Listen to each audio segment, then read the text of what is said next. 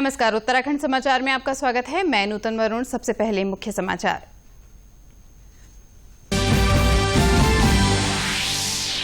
प्रधानमंत्री नरेंद्र मोदी ने मसूरी के LBS अकादमी के सिविल सर्विस प्रशिक्षुओं को वीडियो कॉन्फ्रेंसिंग के जरिए किया संबोधित। लोगों से जुड़ने और जिम्मेदार बनने को कहा।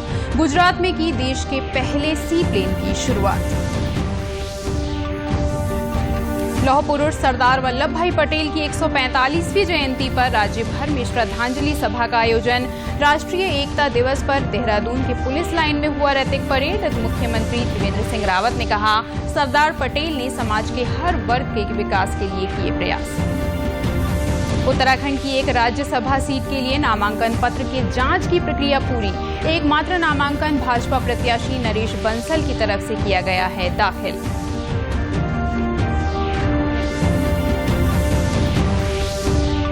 और चमोली में विश्व प्रसिद्ध फूलों की घाटी शीतकाल के दौरान पर्यटकों के लिए आज दोपहर की गई बंद।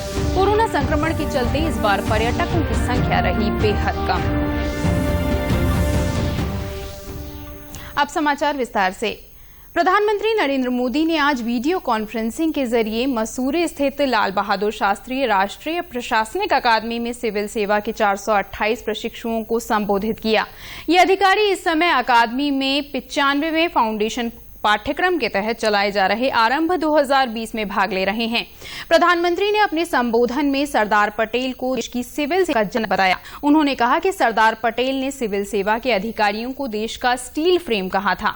स्टील फ्रेम का काम देश को आधार देना और चली आ रही व्यवस्थाओं को आगे बढ़ाना ही नहीं होता, बल्कि बड़े से बड़े संकट और बदलाव में ताकत बनकर देश को आगे बढ़ाने में सहयोग करना भी होता है। स्टील फ्रेम का काम सिर्फ आधार देना, सिर्फ चली आ रही व्यवस्थाओं को संभालना ही नहीं होता है। स्टील फ्रेम का काम देश को यह एहसास दिलाना भी होता है कि बड़े से बड़ा संकट हो या फिर बड़े से बड़े बदलाव, आप एक ताकत बनकर देश को आगे बढ़ाने में अपना दायित्व निभाएंगे। आप एक फैसिलिटेटर की तरह सफलतापूर्वक अपने दायित्वों को पूरा करेंगे। प्रधानमंत्री ने कहा कि लोकतंत्र में जनता जनार्दन ही असली ड्राइविंग फोर्स है, इसलिए गवर्नमेंट से गवर्नेंस की तरफ बढ़ने की जरूरत है। सरकार शीर्ष से नहीं चलती है।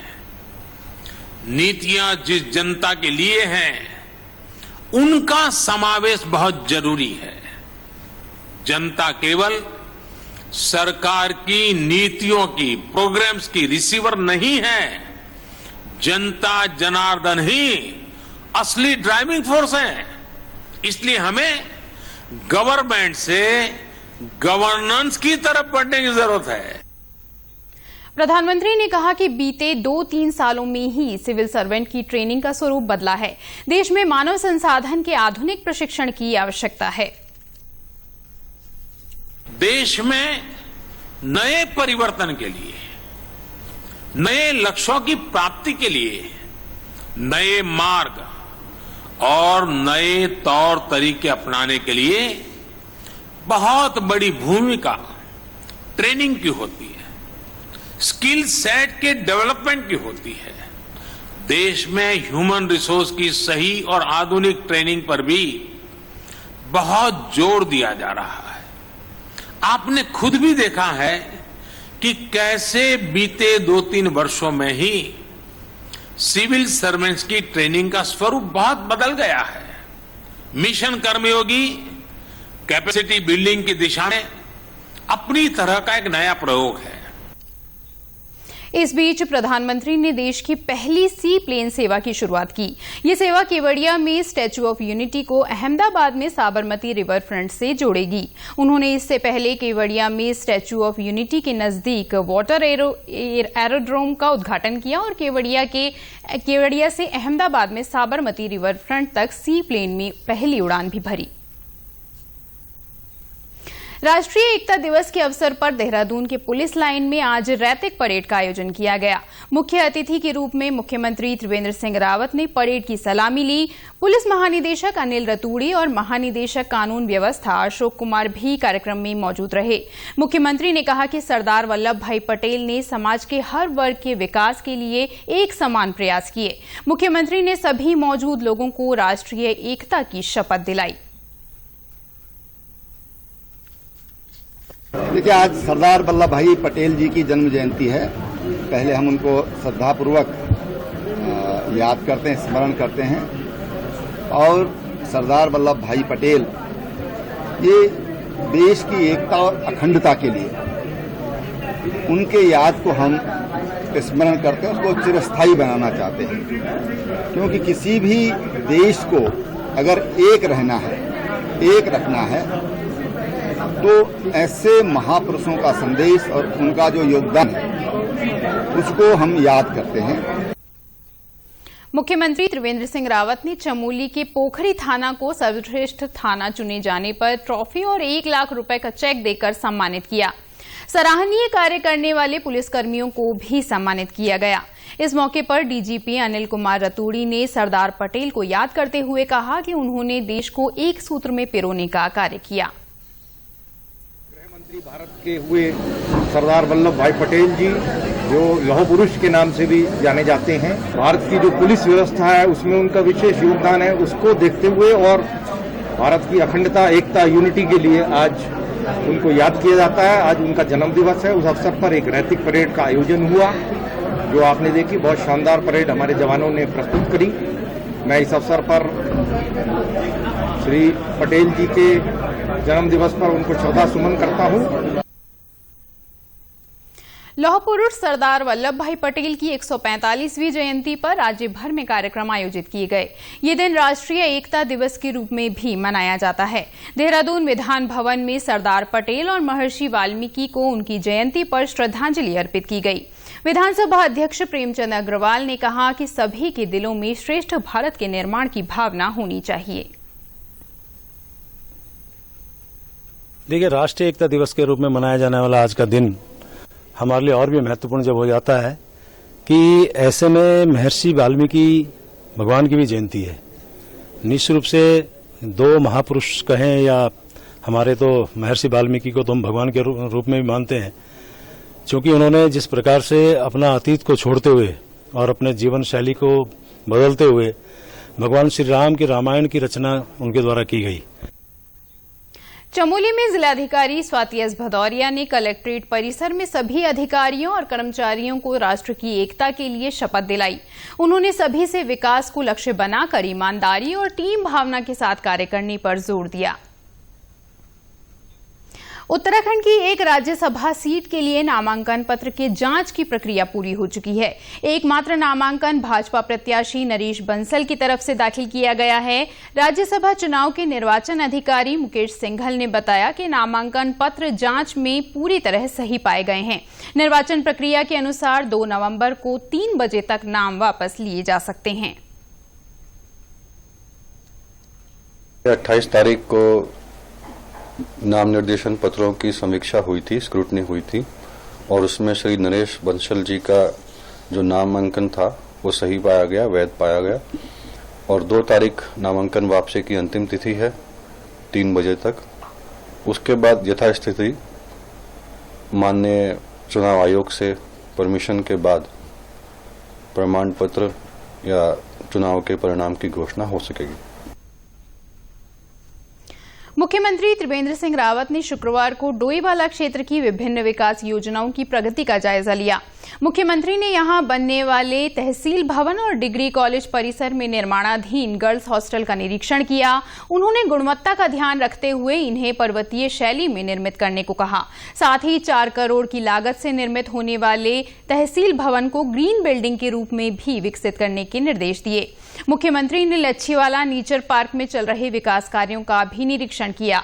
उन्होंने कहा कि पार्क के सौंदर्यीकरण समेत अन्य व्यवस्थाओं के लिए 5 करोड़ रुपए की धनराशि दी गई है। तहसील तो बन गई थी, लेकिन तहसील टेम्पररी सेट्स में चल रही थी। अब तहसील भवन यहाँ पर बनने जा रहा है, उसका काम चालू हो गया है।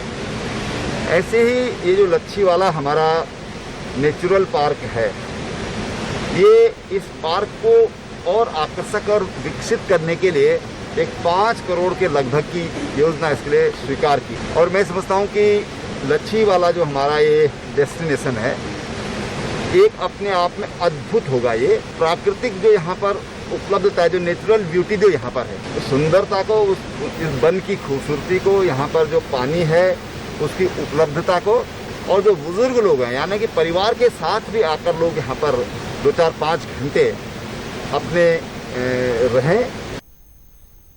डोईवाला में सूर्यधार झील का निर्माण अपने अंतिम चरण में है। मुख्यमंत्री ने कहा कि इसके पूरा होने के बाद स्थानीय लोगों की पीने के पानी और सिंचाई से जुड़ी समस्याएं दूर होंगी। मुख्यमंत्री ने कहा कि डोईवाला के रानी पोखरी न्याय पंचायत के 11 गांवों में बुनियादी ढांचे से जुड़ी सुविधाओं के लिए 1 अरब 3 करोड़ रुपए खर्च किए जा रहे हैं। विश्व प्रसिद्ध फूलों की घाटी शीतकाल में पर्यटकों के लिए आज दोपहर बंद कर दी गई। लॉकडाउन के चलते इस बार 1 अगस्त को फूलों की घाटी पर्यटकों के लिए खोली गई, लेकिन कोरोना संक्रमण की वजह से पर्यटकों की संख्या बेहद कम रही। चमोली के जिला पर्यटन अधिकारी ब्रिजेंद्र पांडे बताते हैं कि पिछले वर्ष यहां करीब 17,000 पर्यटक आए थे, जबकि इस बार मात्र 950 पर्यटक ही घाटी पहुंचे। 2020 की बात करें तो आज 31 अक्टूबर को जो है जो वैली ऑफ फ्लावर है पर्यटकों के लिए बंद कर दी गई है, या शीतकाल में बंद रहेगी और अगले साल पुनः खोली जाएगी। अगर इनकम की बात करें तो नंदा देवी राष्ट्रीय वन प्रभाग से जो आंकड़े प्राप्त हुए हैं उसके अंतर्गत लगभग 1,40,000 रुपये की आय इस वर्ष हुई है और लगभग इस वर्ष 950 पर्यटकों ने वैली के दीदार किए हैं। समुद्र तल से करीब 13,000 फीट की ऊंचाई पर बसी ये जगह रंग बिरंगे फूलों के कारण पूरी दुनिया में मशहूर है। वर्ष 2004 में यूनेस्को ने फूलों की घाटी को विश्व धरोहर घोषित किया था। रुड़की नगर निगम ने कोरोना के प्रति लोगों को जागरूक करने के लिए एक अनोखा तरीका अपनाया है। कोरोना से बचाव की जागरूकता बढ़ाने के लिए शहर में फिल्मी डायलॉग से जुड़े होर्डिंग्स लगाए गए हैं। वाहनों के जरिए भी बाजारों में सतर्क रहने की घोषणा कराई जा रही है।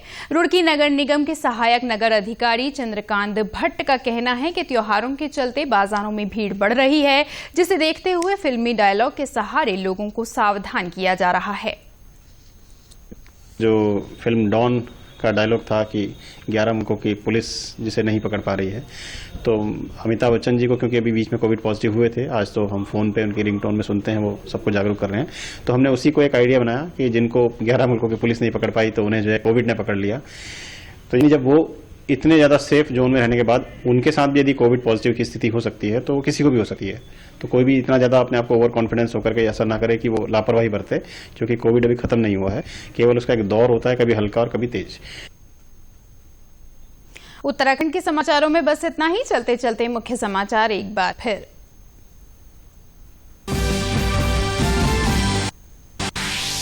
प्रधानमंत्री नरेंद्र मोदी ने मसूरी के LBS अकादमी के सिविल सर्विस प्रशिक्षुओं को वीडियो कॉन्फ्रेंसिंग के जरिए किया संबोधित। लोगों से जुड़ने और जिम्मेदार बनने को कहा। गुजरात में की देश के पहले सी प्लेन की शुरुआत।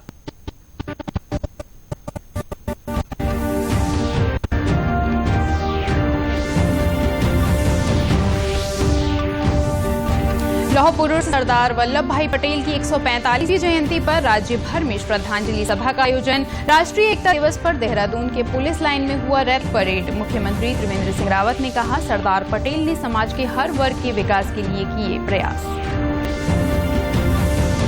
उत्तराखंड की एक राज्यसभा सीट के लिए नामांकन पत्र के जांच की प्रक्रिया पूरी। एकमात्र नामांकन भाजपा प्रत्याशी नरेश बंसल की तरफ से किया गया है दाखिल।